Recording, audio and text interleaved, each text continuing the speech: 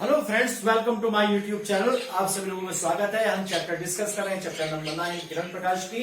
कुछ टॉपिक कर चुके हैं, प्रिज्म के टॉपिक को आज हम एंड करेंगे और साथ साथ इससे पहले लेंस और दर्पण के बारे में हम पढ़ चुके हैं। बस कुछ ही दूर है हम इस चैप्टर से। उसके बाद एनसीईआरटी न्यूमेरिकल्स आएंगे और धीरे धीरे करके इसी तरीके से जैसे जैसे टाइम बीतता जाता है हम अपने सिलेबस के एंडिंग की तरफ हम चलते जा रहे हैं, क्योंकि हम फर्स्ट बुक कंप्लीट कर चुके हैं। सेकेंड बुक के पहले चैप्टर हम चल रहे हैं। चूंकि चैप्टर बड़े हैं इसलिए लगभग हम इसके एंडिंग पर के पास ही हैं, क्योंकि कुछ टॉपिक दूर है। प्रिज्म आज हम कंप्लीट करेंगे।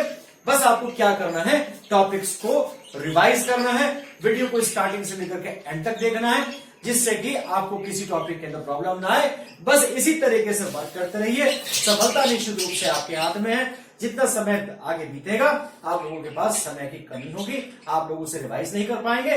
इसलिए सलाह है कि आप लोग कंटिन्यूअसली रेगुलर वे में आप लोग इसे करते रहे। चले चलते हैं अपने नेक्स्ट टॉपिक पर। लेकिन चलने से पहले चैनल को सब्सक्राइब करें, वीडियो को लाइक करें, शेयर करें और बेल आइकन को जरूर दबाएं, जिससे कि आने वाली नई वीडियो की नोटिफिकेशन हमको मिल सके। चलिए चलते हैं, बात हम करते हैं सूर्य के श्वेत प्रकाश का वर्ण विक्षेपण या परिक्षेपण। विक्षेपण का मतलब होता है अलग अलग हो जाना। किस तरीके से हमने प्रिज्म लिया है, ABC मुख्य परिच्छेद है। इसके ऊपर हमने सूर्य का श्वेत प्रकाश डाला। पहले परिक्षेपण या विक्षेपण की बात हम करते हैं। जब कोई श्वेत प्रकाश की किरण या कोई प्रकाश, साधारण प्रकाश किसी प्रिज्म पर पड़ता है तो वह अपवर्तन के पश्चात विभिन्न रंगों के घटकों में विभाजित हो जाता है। विभाजन की इस घटना को, रंगों में विभाजन की इस घटना को क्या कहते हैं, वर्ण विक्षेपण की घटना कहते हैं। जब किसी प्रिज्म पर श्वेत प्रकाश की किरण डाली जाती है वह विभिन्न रंगों के घटकों में विभाजित हो जाती है। तो रंगों में विभाजित होने की इस घटना को, इस प्रक्रिया को वर्ण विक्षेपण कहते हैं। परिभाषा आप नोट कर सकते हैं। देखिए इसके अंदर हमने क्या दिखाया है।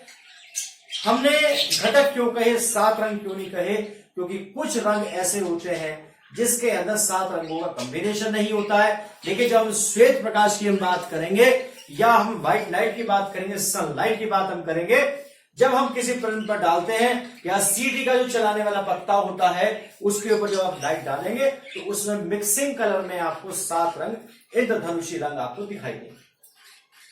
तो इसी तरीके से हमने श्वेत प्रकाश की किरण डाली और वो यहां से डलने के बाद में विभाजित हो गई अलग अलग डायरेक्शंस में। अब ऐसा क्यों हुआ, ध्यान रखिए। इसमें आप ये बात ध्यान रखना है कि जो किरण सबसे ऊपर होती है उसका जो चाल होती है वो सबसे अधिक होती है। जो किरण प्रिज्म के आधार की ओर सबसे कम उड़ेगी उसकी चाल अधिक होगी।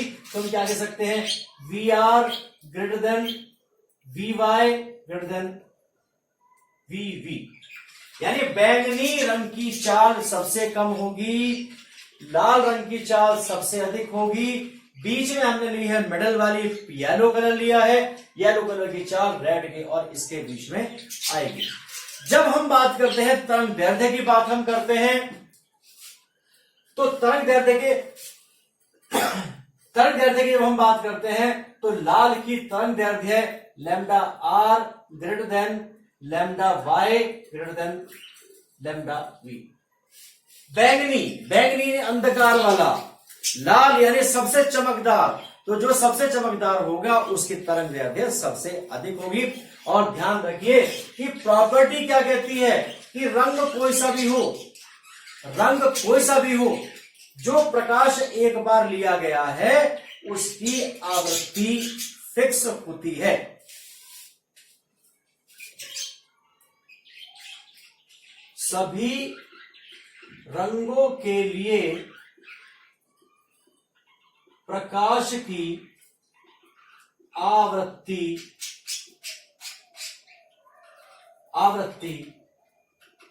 समान होती है, क्योंकि यही एक मूल गुण है जो किसी एक माध्यम से दूसरे माध्यम में जाने पर परिवर्तित नहीं होता है, वो है प्रकाश की आवृत्ति। अपवर्तनांक भी बदलता है, बात समझ रहे हैं, अपवर्तनांक भी बदलता है, साथ में तरंग दैर्ध्य बदलती है, चाल बदलती है, लेकिन आवृत्ति नहीं बदलती। अब हम अपवर्तनांक की बात हम कर लें। चूंकि आपको यह पता है एन की वैल्यू होती है, यानी अपवर्तनांक जिसे हम कहते हैं, ये होती है C/V से हम निरूपित करते हैं। C क्या है यहां? C है वायु में या निर्वात में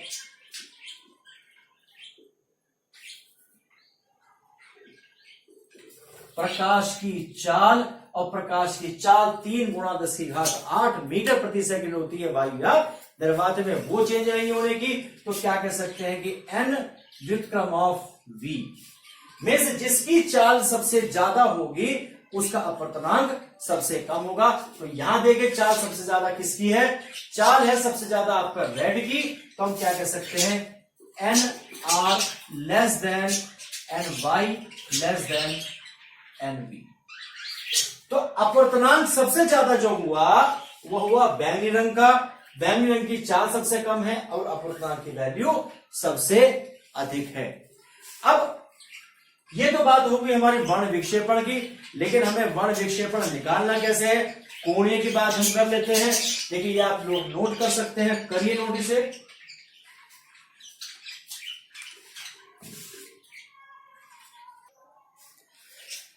देखिए अब हम बात करते हैं कोणीय की, क्योंकि कोणीय की जब हम बात करते हैं यहां, उससे पहले हम क्या करेंगे? उससे पहले यहां देखिए कि ये लाल रंग की किरण गई, कुछ झुकी, पीले की ओर झुकी, वॉयलेट की ओर झुकी।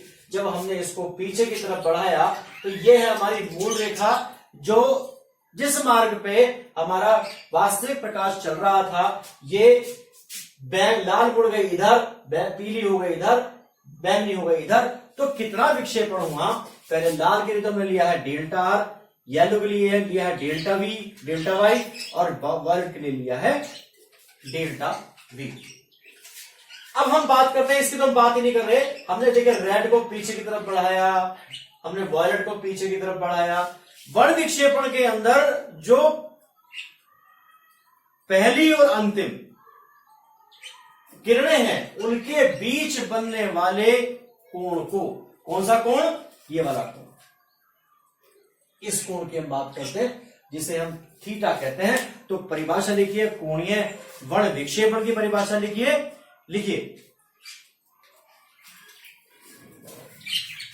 वर्ण विक्षेपण की घटना में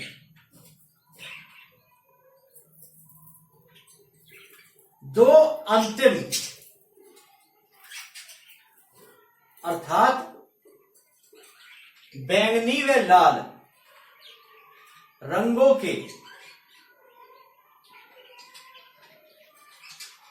लिए विचलन कोण का अंतर, विचलन कोण का अंतर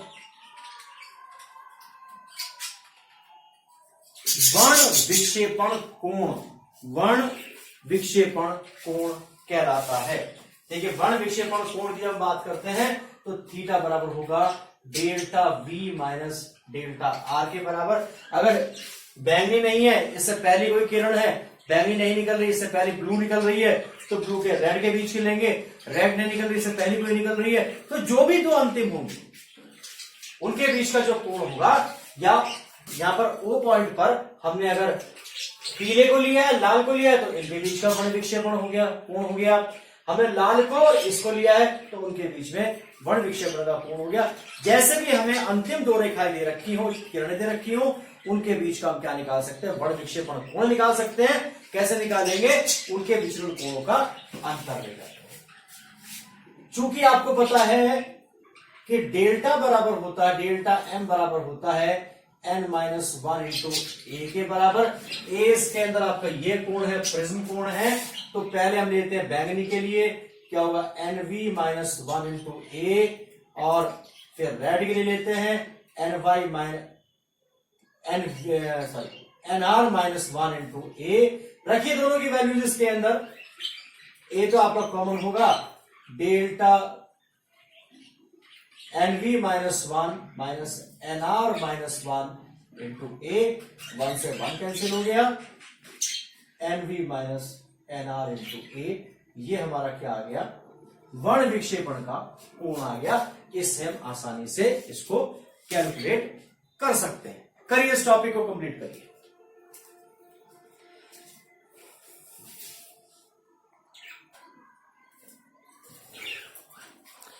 देखिए प्रिज्म संबंधी हम इसके लिए लास्ट टॉपिक लेके चलेंगे। तो लास्ट टॉपिक हमारा क्या है, किसी प्रकाशिक माध्यम की वर्ण विक्षेपण क्षमता। ध्यान रखिए, पहला आया वर्ण विक्षेपण आया, घटना होती है, उसके बाद वर्ण विक्षेपण कोण आया, थीटा होता है। अब क्षमता होती है। क्षमता जो होती है वो माध्यम की होती है जिसका हम इस्तेमाल कर रहे हैं। जो प्रिज्म हम इस्तेमाल कर रहे हैं वो कांच का है, तो कांच की वर्ण विक्षेपण क्षमता होगी।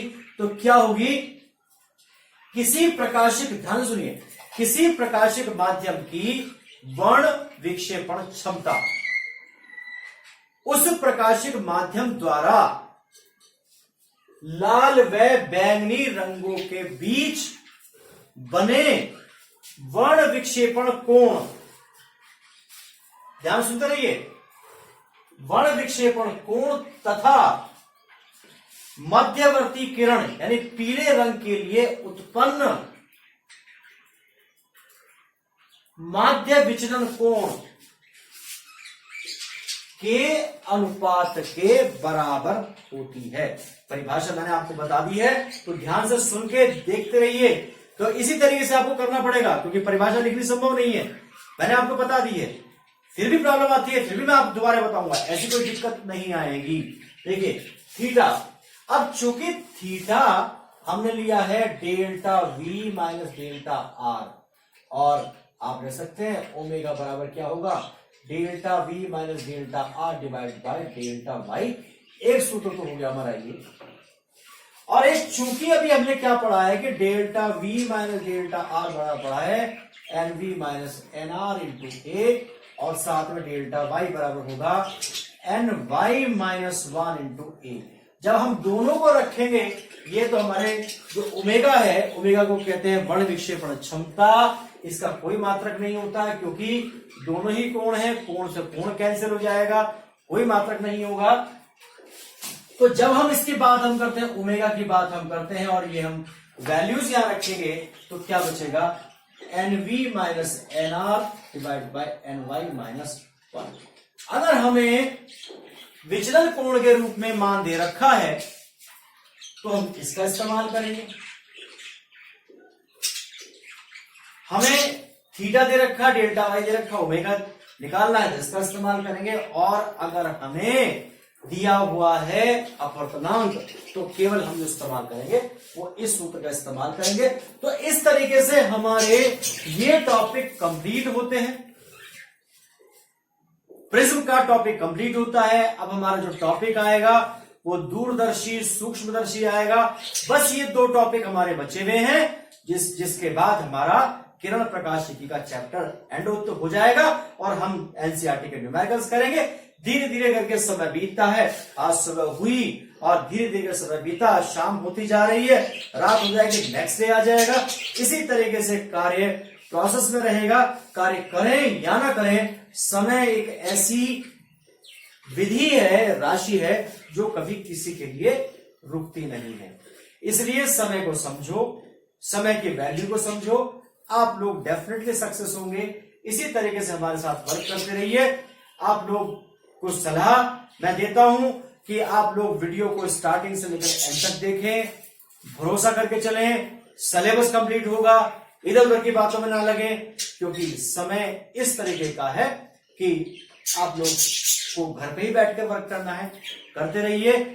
समस्या हो, कॉन्टैक्ट नंबर दिया हुआ है, आप लोग मुझे कॉन्टैक्ट कर सकते हैं, कॉल कर सकते हैं, व्हाट्सएप पे कर सकते हैं, वीडियो में कमेंट बॉक्स में आप लिख सकते हैं। साथ में आप लोग मुझे फेसबुक पर फॉलो कर सकते हैं, आप लोग मुझे टेलीग्राम पर फॉलो कर सकते हैं। दोनों में ही वीडियो आप उसको देख सकते हैं। अगर आपको वीडियो नहीं मिलती है तो आप लोग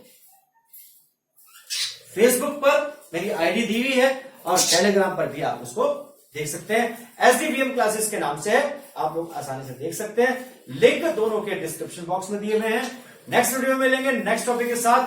हंसते रहिए, खुश रहिए, मुस्कुराते रहिए। Thank you for watching.